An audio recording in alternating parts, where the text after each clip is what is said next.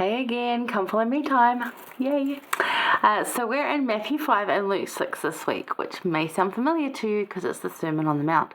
And this is they've split it over 2 weeks. So this week's mostly focusing in Matthew and on Matthew 5. And I've included a little bit from Luke 6 because there's still good stuff there. And Luke writes it a little differently than Matthew. Still same things, but just words that, maybe not as, I don't know. There's just a different feel to it, obviously, different author. And Matthew's probably writing it because he was there. Remember, Luke went back and talked to people who were there and then wrote it. So it's a slightly different account. So it's good to have both and it's good to read both. But most of the focus when we study the Sermon on the Mount is in Matthew 5. So we're going to stick there for 4 of the insights, 1 over in Luke. And next week is the other part of the Sermon on the Mount. There's more taught there, but this week's kind of the more famous verses that you hear a lot, and these were favorite verses of President Hinckley, we know, as he talked about the Beatitudes, like as in be this, listed like be humble, be grateful, be kind, those kind of things. That was a whole youth devotional thing that he did, and it was really good. So the Beatitudes have been talked about a lot. So let's have a look at them. They are in Matthew 5, 1 through 12 is the actual Beatitudes. And there's lessons in here. But what he's trying to actually tell them is, he's replacing the law of Moses. Now, he gave the law of Moses for a reason for those people. And we will discuss that in the third insight. But this is the beginning of this. So this is, if you read Matthew 4, according to Matthew, this is right after they were called as apostles. And so, we remember the timeline that we've been talking about. These things all sort of happened in the same time. So the Sermon on the Mount moves on from all those things that we've talked about in the last sort of 3 weeks into this is now a more fluid timeline going forward. So those things of Christ's early preaching and the miracles, the events that he did, like the changing water to wine at Cana and healing the man's sick son and the casting out of the devil, all those things. There's a whole lot of stuff in there, and probably more that we don't know, of course. That's all happened now, and we're going forward. So now that I've rabbled on enough, let's get into it.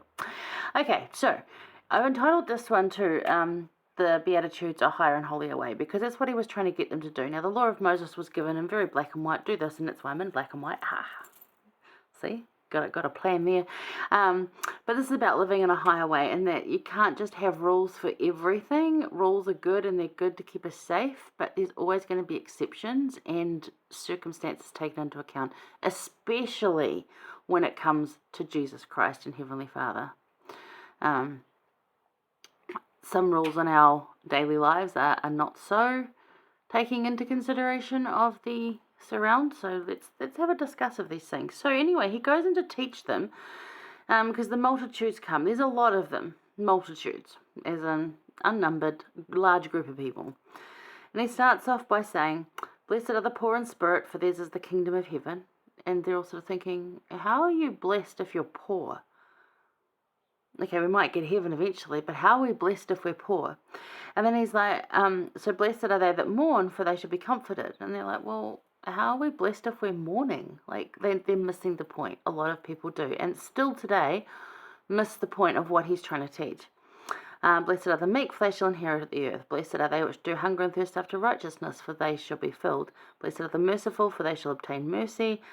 But pure in heart, they shall see God. Blessed are the peacemakers, they shall be called the children of God. Blessed are those who are persecuted for righteousness' sake.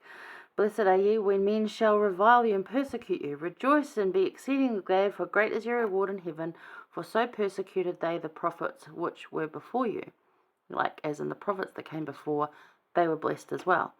And these people that are sitting there are sort of thinking, I remember the story of the prophets, and I can hear the things you're talking about, and they don't feel like blessings, honey. They don't sit well with us as blessings. So Christ goes on to explain further, and which we'll see, and the deeper meaning of this lesson. But let's just look at this. So, often taught, yet still as was then misunderstood. Jesus was teaching a different way of thinking. That's what it is, a different way of thinking. An attitude of gratitude, in all of life and humanity. So blessed here doesn't mean that everything is okay or that your cup's going to runneth over in worldly goods or goodness. Rather, Jesus is saying that when you feel this, you are blessed. So if you're feeling mournful, you're blessed because this will happen. If you're feeling without, you are blessed because this will happen. Like, these are the promises I'm giving you.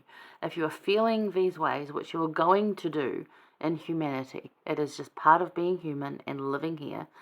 It is hard. You are going to feel these ways. But take heart, because you're blessed, because I'm going to help you. That's what he's trying to teach them. This new way of thinking, instead of just ticking all the boxes. Again, you see people still want to do that today. I've still got people that say to me, oh, it was just so much easier when ministering was like, turn up with a message, leave it at the door, and, you could turn up any time to the temple, you didn't have to book, and they're really after a tick box gospel. It's like, I prayed it every day, and I did this, we had family home evening, yep, living the gospel, the end. And it's like, no, you're missing the point. This is about your relationship with Christ, to see how you're blessed because he's in your life. This is what he's talking about.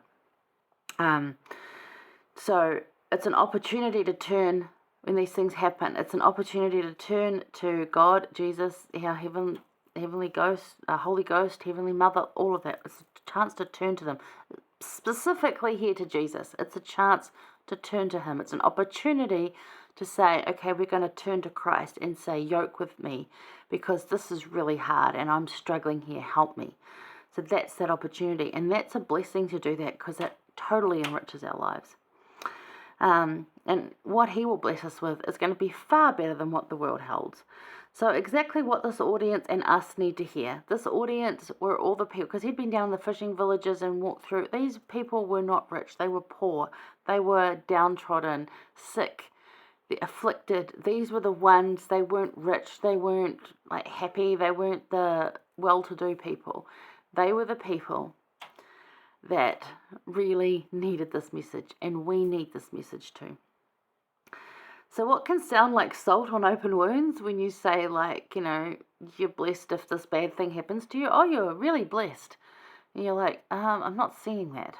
And we often don't at the time. So don't feel bad about that. But here's the point.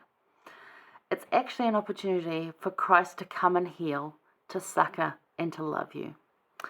So, now, if you're familiar with Emily Freeman, which I'm pretty sure you are, she shared some years ago, it may have been the first time we did New Testament, or maybe even because the Beatitudes are taught again in the Book of Mormon in a different sense again. Remember, they weren't living the law of Moses, so it was taught to them in a different way, but it was still the same kind of message. But I'm pretty sure it was the first time we did New Testament, or could have even been an Inklings thing, I'm not sure. But she rewrote her Beatitudes the way she would have written them, and trying to explain to us today what it would mean, and challenged us all to do the same thing. And I thought, that's a wonderful idea, let's do that. So I'm going to read you mine, and that's what I'm going to post as the thought today. So based on what Christ is teaching there, in their language for their time, these are rewritten for our language and our time. So here we go. When you feel without, you are blessed because you will find abundance in Jesus Christ. When you feel sad and heartbroken, you are blessed because Jesus will mend and comfort you. When you feel balanced, you are blessed because you'll see God in all the beauty of the world. When you are empty, lacking and searching, you are blessed because Jesus will fill you to overflowing.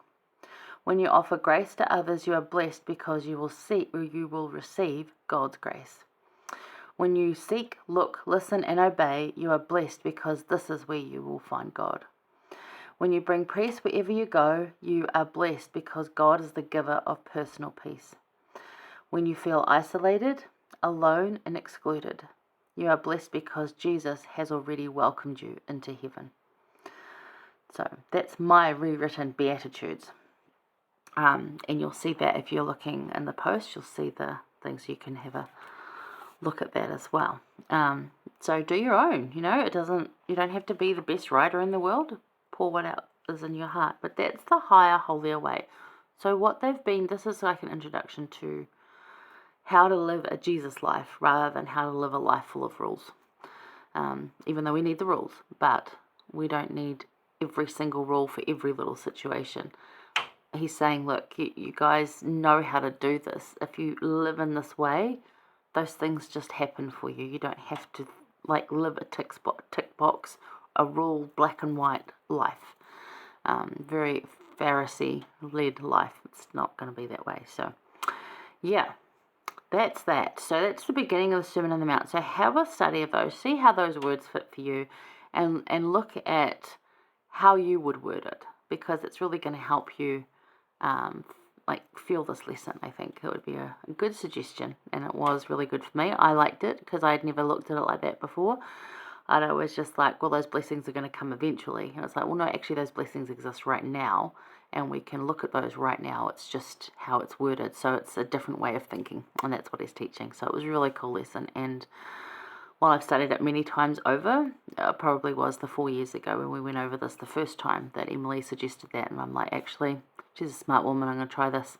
Really worked. So give it a go for yourself, I'm a fan of hers. I don't repeat what she says, but often we have the same thoughts. So if it sounds familiar, it probably is. I do read a lot of her stuff, so sometimes, it's probably going to come through, but I do not try to do that because that's her realm.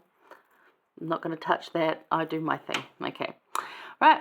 Well, there you go. That's the first one. Hang around. We're going to talk about how we're salt and light, because that can sound confusing too. I'll see you there.